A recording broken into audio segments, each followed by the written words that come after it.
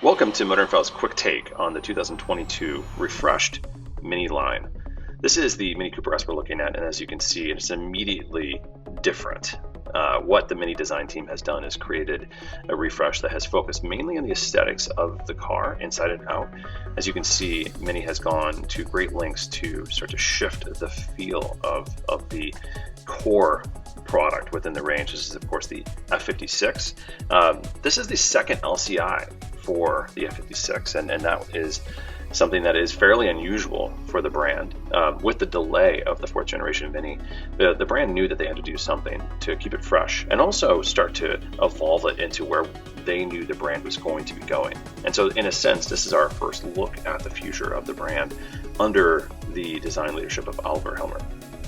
As you can see here, the car has undergone some pretty dramatic changes to create something that feels more functionally driven from a design aesthetic perspective, and also more aggressive. You know, it starts to fit with the character of a sportier premium car versus one that's just premium.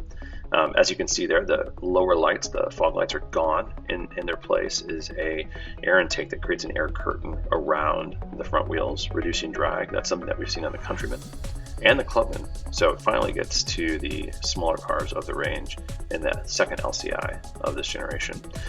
Also new is the headlights, which don't look that different, but actually contain a new module that effectively replaces the fog lights, which in our minds is a big benefit because, again, you've got that sort of cleaner look down low. And here you get a full view of that new front end.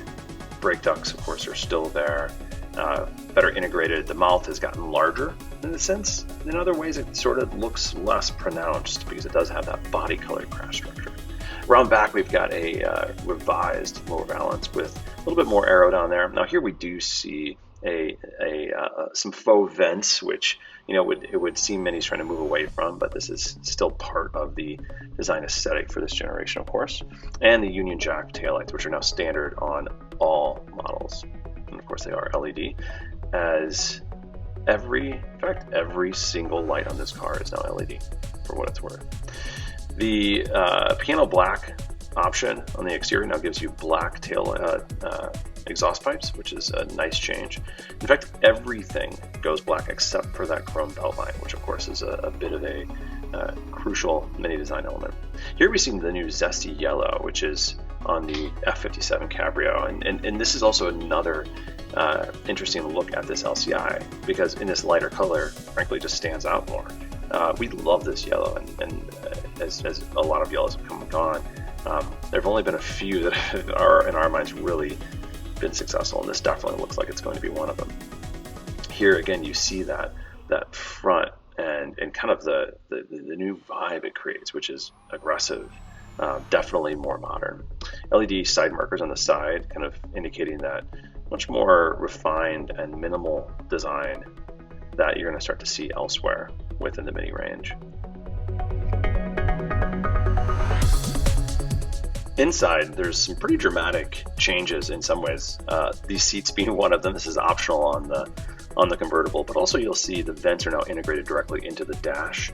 The steering wheel is new as well, which you'll see in a minute, and the electronics have been upgraded. But these seats, I mean, what a fantastic look this is. Very 60s, very Mini in a sense, and of course has that sort of classic English vibe going on.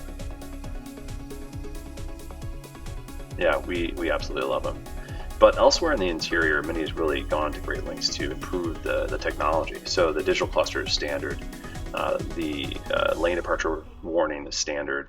We've got a revised infotainment system with widgets now, which will be interesting to use.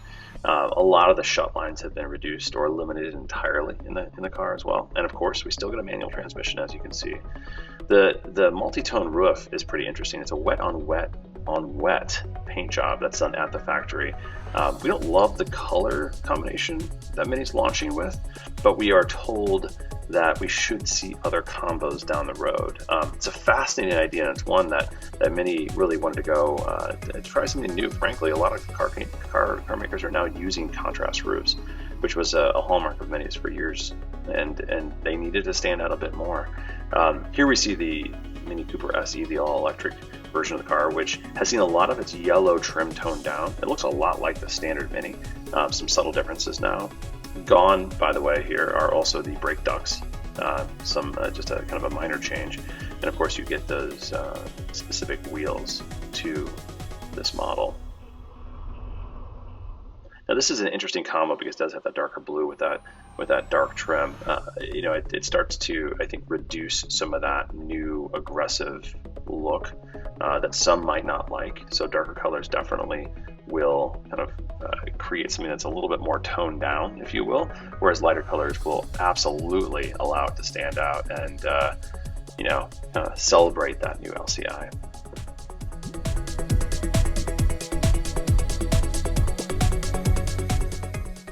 And then there's the 5-door hatch, which is kind of in the middle of the Mini range in a sense, not quite the Clubman, not quite the 3-door. And here you see it in that classic white and blue combo. So the 2022 Mini refresh, it's a major change visually for the brand, and one that definitely hints at the future, the 2024 fourth generation Mini. We're excited to see it. We're excited to get behind the wheel and see it in person. But until then, check out MotoringFile for further coverage, more videos, more photos, and everything you could possibly want to know about the 2022 Mini.